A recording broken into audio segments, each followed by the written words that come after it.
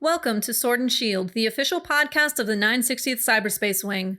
Join us for insight, knowledge, mentorship, and some fun as we discuss relevant topics in and around our wing. Please understand that the views expressed in this podcast are not necessarily the views of the U.S. Air Force nor the Air Force Reserve, and no endorsement of any particular person or business is ever intended.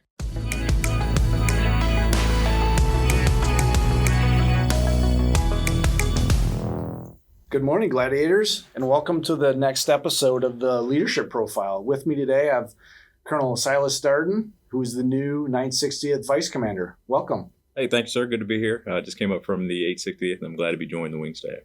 This is excellent, yeah, and I think I say this every time, but I'm really excited to have this discussion with you, and I'm excited to have you as part of the team. I think you fill a really needed gap in my knowledge from you being in the wing a long time, and then the combat comms not really a strength of mine. And so I think we're going to make a really good team, and I'm looking forward to working with you. Well, I keep hearing that, and so hopefully in these next few or couple of years, I won't let you down. I don't want to overpromise and underdeliver, but I hope to live up to those expectations. No, I think you'll be fine. And, we tend to fill each other's gaps, and you got a lot of experience and a lot of respect and a lot of those connections and networks. So it's going to work out really well. So today we just want to talk a little bit about who you are and introduce you to the wing and kind of some of the things and thoughts and maybe some of those things you have in your book over there you can share with us from leadership lessons or just interesting thoughts. And, so people get a chance to know you in a distributed manner or a wing. Sometimes it's tough to get out and see everybody, meet everybody. You probably know way more people in the wing than I do, but as time goes, we'll get an opportunity to kind of share our vision for the entire wing and where we want to go as a command team and with our priorities and what our strategic vision is. So I could think the first thing I'm interested in is kind of just give us a little bit about, hey, where you've been and kind of maybe what you do in your civilian life now that you're going to be a TR. And I think it's really interesting what you do and important to bring those skills into your role here as a leader in the wing. Sure. So I will try to sum up my career in a minute or less in the interest of everybody's time. But I started on active duty as a missileer and then quickly rolled into the reserve world, first in space and then in cyber testing, although it was called something different back in the day. And then rolled into the IMA world still, but went back to be combat comm after staff tours, working as a speechwriter to the CAFR. And then working in legislative liaison at AFRC, headquarters AFRC, and a couple joint jobs in between. And then I came to the group as the first deputy under Colonel Terry when the group was back then a very, very, very new thing. And I know we're going to get into that a little bit. Was fortunate enough to get selected for the Det 2 job, which subsequently became the 860th COG. So wide varieties of experiences all over the place, but a lot of time in the 960th Wing's predecessor organization. Yeah, it's great. So, you got time as squadron commander, group commander, now at the wing level. And I also think having you be in all those different statuses, right? You've been just about every status. You've got all your pillars filled, really makes you a well-rounded person.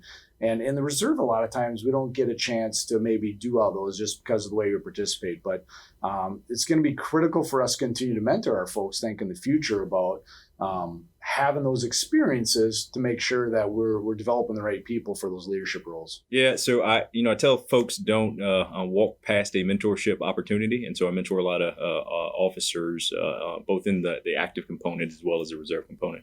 I've been fortunate enough to have a great reserve career because I've had the opportunity to continue on and press in my civilian career and been moderately successful at that.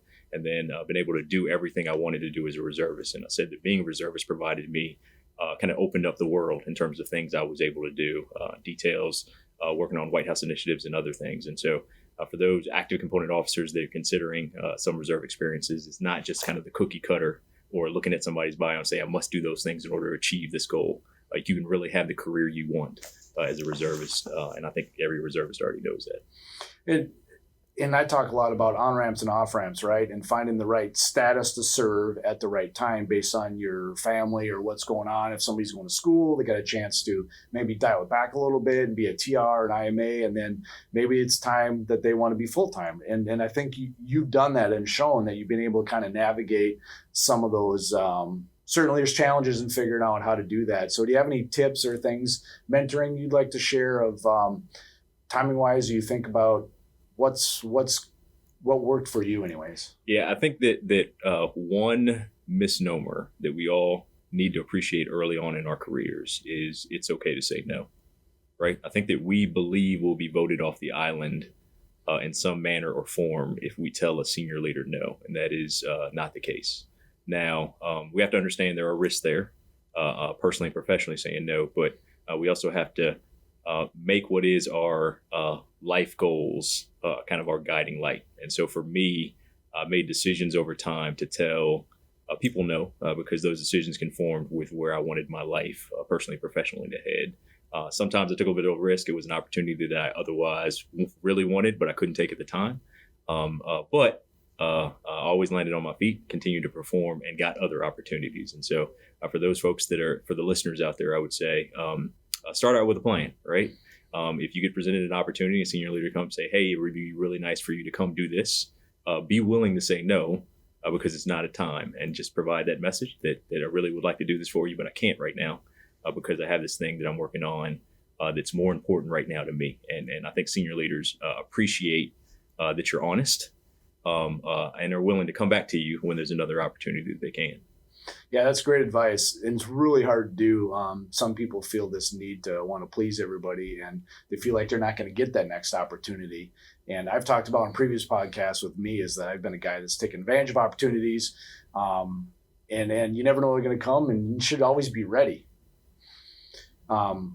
So you've been number one. And so you're number one group commander, Det 2 into the 860th, and number one group deputy. What would you tell people about trying to really step out and be part of something that's brand new and maybe way different than they've seen before?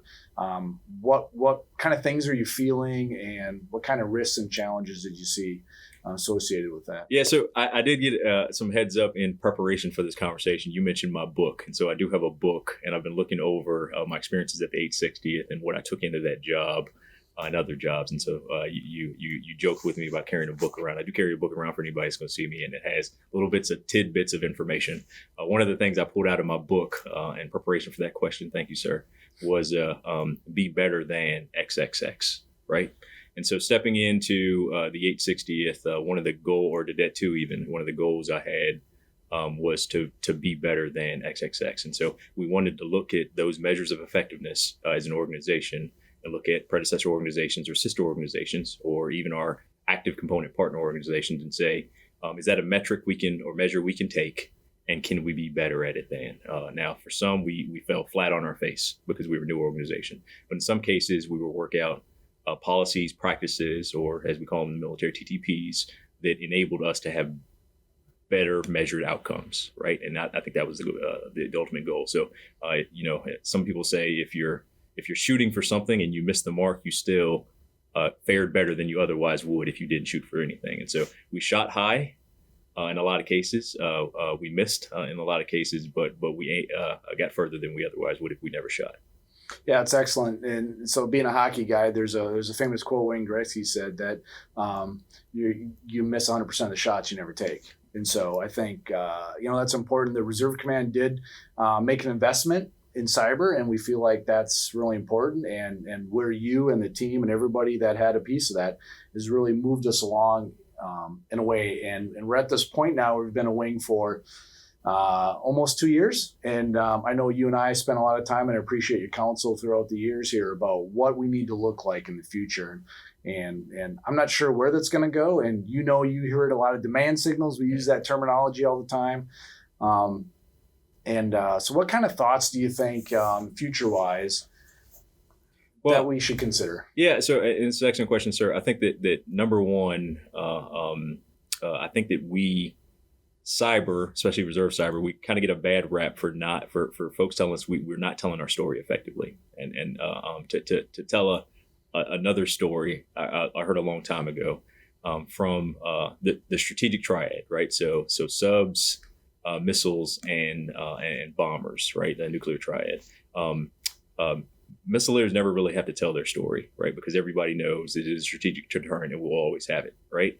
Cyber, for our part, and the story we should be telling is that it is also a strategic imperative, right? It's in the NDS and other things. Yes. So that's the story we need to continue telling, that it is a strategic imperative to have defensive cyberspace operations, offensive cyberspace operations, and then those other expeditionary comms and other things that enable our forces to fight forward. And so I think that in terms of a changing or shifting dynamic is what we need to message better, that it is a strategic imperative that we have those type of resources and that we plan and program effectively. Yeah, so your time with LL and your time, working close to the CAFR and writing speeches and in the front office, really, I think, prepared you to think that way. I'm not sure everybody necessarily has had those same experiences to think that way.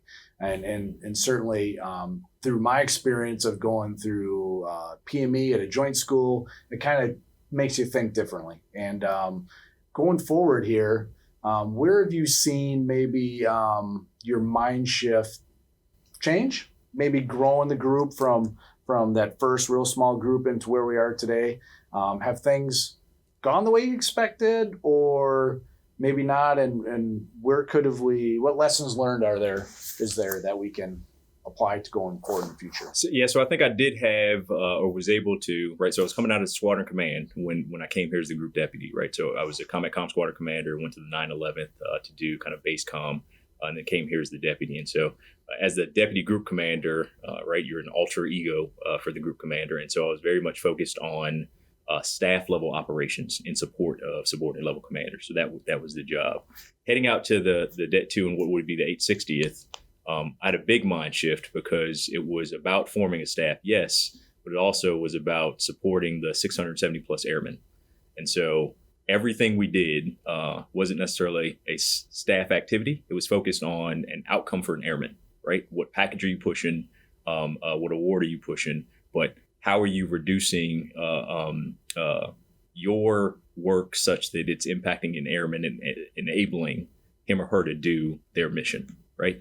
And so coming back up here as a vice wing commander, I think it's going to be a different shift because then I'm going to be looking at your out priorities, right? Because you're looking up and out, and then focus the staff and translating that message so we're able to achieve those kind of strategic level priorities. And I think that's been the shift. It's been very staff, then down in the weeds, focused on the airmen tactically, and then now we're going up and out.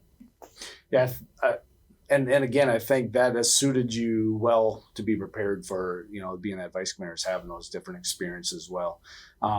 So when we look at the vision and for the future, we've talked about a lot of things back and forth about really where we need to go, and how do you think we should approach that from just sorting through all the different demand signals from all of our mission partners? Any thoughts there? Carefully. I mean, I think it's the I guess the best word to describe it, because I think that and we talked about demand signals, but I think that we're in this position because cyber is a strategic imperative. Everybody wants us to be everywhere doing everything. But we're also in that time in the Air Force when resources aren't necessarily there such that can afford us the opportunity to be everywhere. You and I know, and everybody listening knows, that reservists are innovators. And so what we really have to do is kind of take a look at what our airmen are capable of doing. Where does the capacity lie? What can we train to recruit to? We kind of got to shift our focus and support those missions that we're best aligned to do right away, and then grow in other areas where we know we can get to with marked success very, very quickly, because that's the speed of need. Yeah, and I know we talk a lot about our requirement system and AFRC being very deliberate, and there's good reasons for that. And in the cyber community, obviously, our demands on us are much faster. We need to be more agile and adaptive, and we got to kind of balance that and make sure that we are being strategic in nature, because we're strategic depth, and that we're not overextending ourselves, that we're getting compelling and relevant missions, so that we can recruit and retain to and be able to be good mission partners, across the board. And so I struggle with that because I want to move much faster, because, down here at the wing, you see the kind of the constant grind and the reg F's doing, and I feel this overall need to help them and support and be there and be part of it. I got a little bit of FOMO, fear of missing out, right? I don't want to miss an opportunity. I want to put our airmen in good spots and opportunities for them to be successful and grow and use their skills. And I'm proud of everything we do.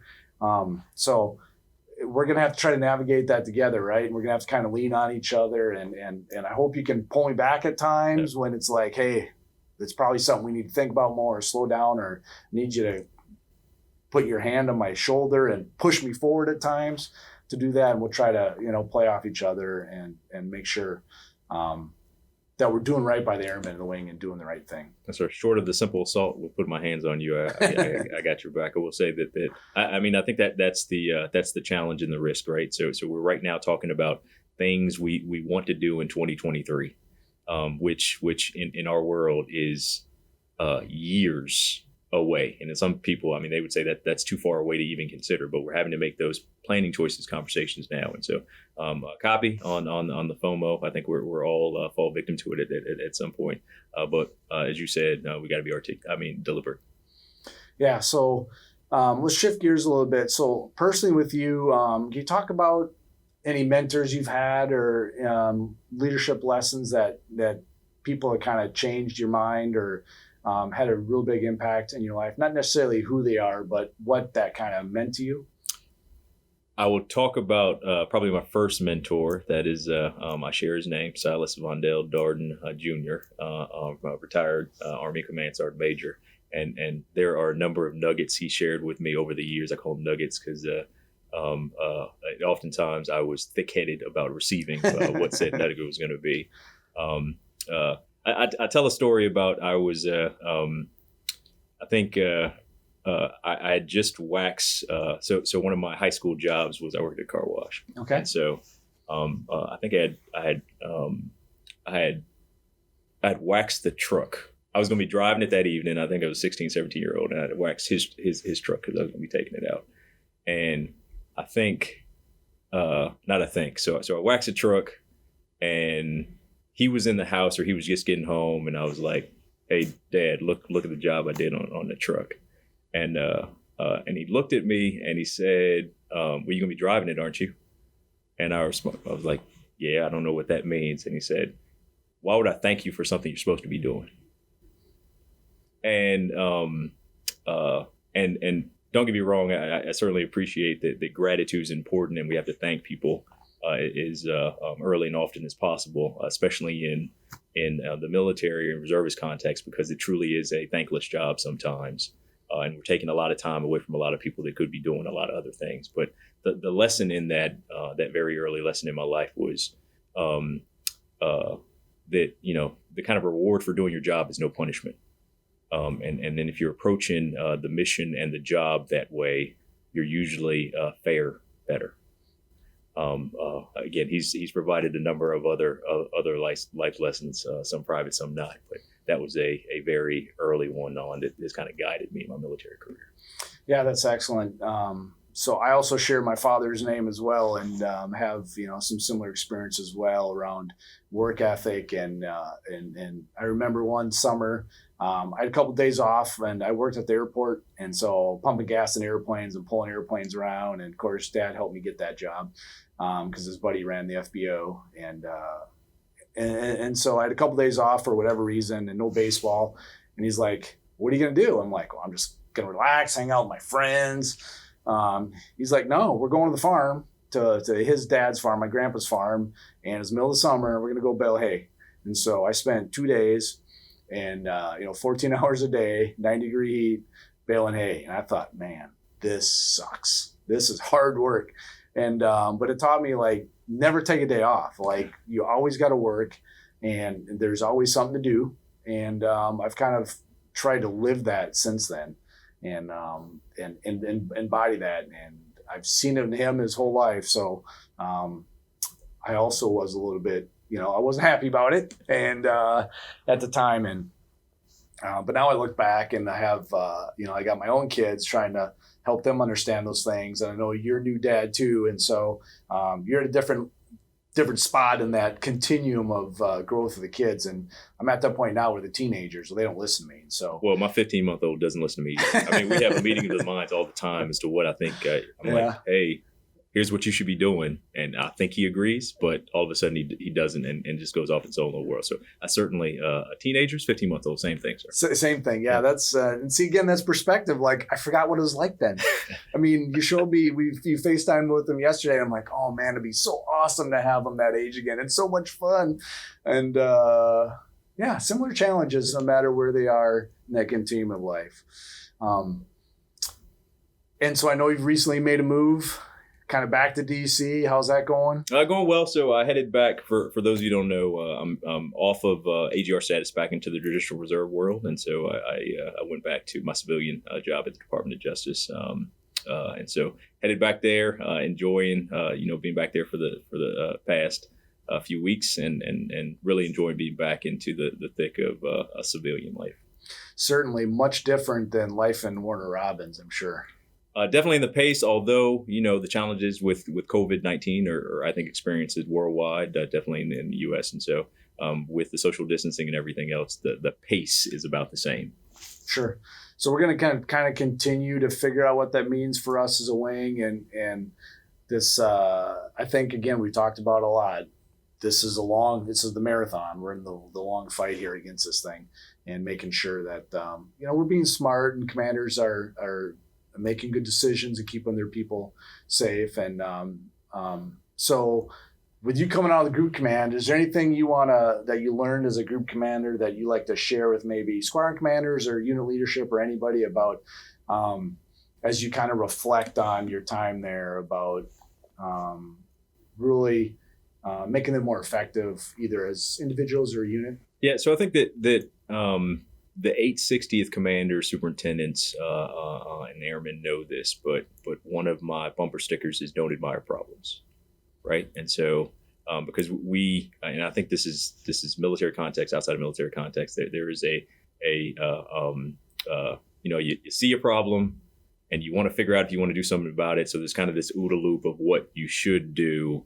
Meanwhile, the problem is still happening and or going on, right? And so I try to tell folks that you see it, address it immediately, right? And even if you don't know what to do, ask somebody about it. And so let's tackle it as a team together. And so don't admire problems. Number two, take advantage of time and don't abuse it, right? And so we have 1,200 people in this wing, 1,200 people plus in this wing, and they're all giving up time to do this work, right? The work of this nation's defense when they could be doing something else, probably making a lot more money doing it. And we have to acknowledge that for base level traditional reserves is giving up time to come support our mission on a UTA when they could be in the grandest sense spending time home with family, 15-month-old in my case. Or if they, don't have any friends, they could be sitting in a parking lot, eating a burrito, watching a movie on YouTube. Still valuable time that they could be doing. And so we have to both acknowledge that and make sure that every minute they spend with us is of value to them personally and professionally. And so that would be my big number two is both acknowledge that there is a time factor and don't abuse it. Yeah, I think sometimes we lose sight of that, right? And so we kind of get in that grind of it's UTA or whatever, and we really got to think about America is truly a great place, and there's lots of opportunities for people to do different things. And for somebody that raises their hand and says, hey, this is what I want to do, we should really be focused on making sure that time's valuable to them. And it's taking care of airmen. And then I think we get back much more than what we give as long as we give enough for that person. And I really like the first one you talked about, don't admire a problem. Previously, I've heard a lot about don't walk by a problem, right? Kind of same thing, but don't admire it, I think takes it to a next level. Like you see a problem, you may see it, you may not see it, but you walk by it. But if you admire it means you're going to take that next step and really think about, make a decision like, no, I need to do something about it. And I think that's good mentality for all of us to take with us in any part of our lives. Yep. And I think that related to number two, you just provoked another thought, which is kind of number three is there's people that have kind of reached that point where professionally and personally they need to move on, right? And so I think that we have a number of folks here that have been doing this work a long time. We got to start thinking about other positions where these aren't bad conversations, where they can be successful. Because folks want to serve, and we have to find them opportunities where they can serve a bit better, and that means opportunities within the wing and outside it. And so that's kind of in taking advantage of time. We also got to have those developmental conversations early and often about, hey, what's the best place for you, where you are having that feeling where you're on that incline to being successful. Yeah, I think the wing's at a point too where before I think we're trying to keep a lot of people in the wing to help build this, that kind of have that institutional knowledge. I kind of feel like the point hey, we want to graduate people right out of the wing. We want them to go out and do different things, talk about the wing. And then if they get an opportunity to come back in a different role, certainly we want them to have those opportunities. But we want gladiators everywhere. And I know you've been really good at deliberately targeting, mentoring people for certain positions that are going to be able to have influence to help us and provide them personal growth. So I really appreciate that about you. Really happy to have you here as part of the team. Certainly you'll hear more from us coming through podcasts and all of our social media channels. And I want to thank everybody for listening. And if you really would like to have a 2-hour get out of jail free, we're going to do the keyword again. And so the keyword is going to be emailed to the public affairs email org box, and it's going to be Silas is the keyword. So email the word Silas over to Sam at the public affairs, and then we'll randomly select somebody to get to have a 2-hour pass off UTA or supervisor pending, obviously, to make sure that happens. So thanks for listening, and I'm going to let Colonel Darden give us kind of the last word if you have anything else to share and wrap it up. Well, a couple caveats to the spelling of the word Silas, because if you can't figure out how to spell it, because I think you should be able to spell it right, but I'll give you a couple hints, right? So there's a book called Silas Marner. There's a Silas the Snail off of an old PBS kids show called Pinwheel. And Silas was also a character in the Da Vinci Code. All right. It's a little homework required, and we will make the caveat that you have to spell it right in order to be the winner. But as a final shot, I just want to thank Colonel Erredge for taking the time. I'm glad to be here, and I look forward to engaging each one of you listeners. Excellent. Thanks, everybody.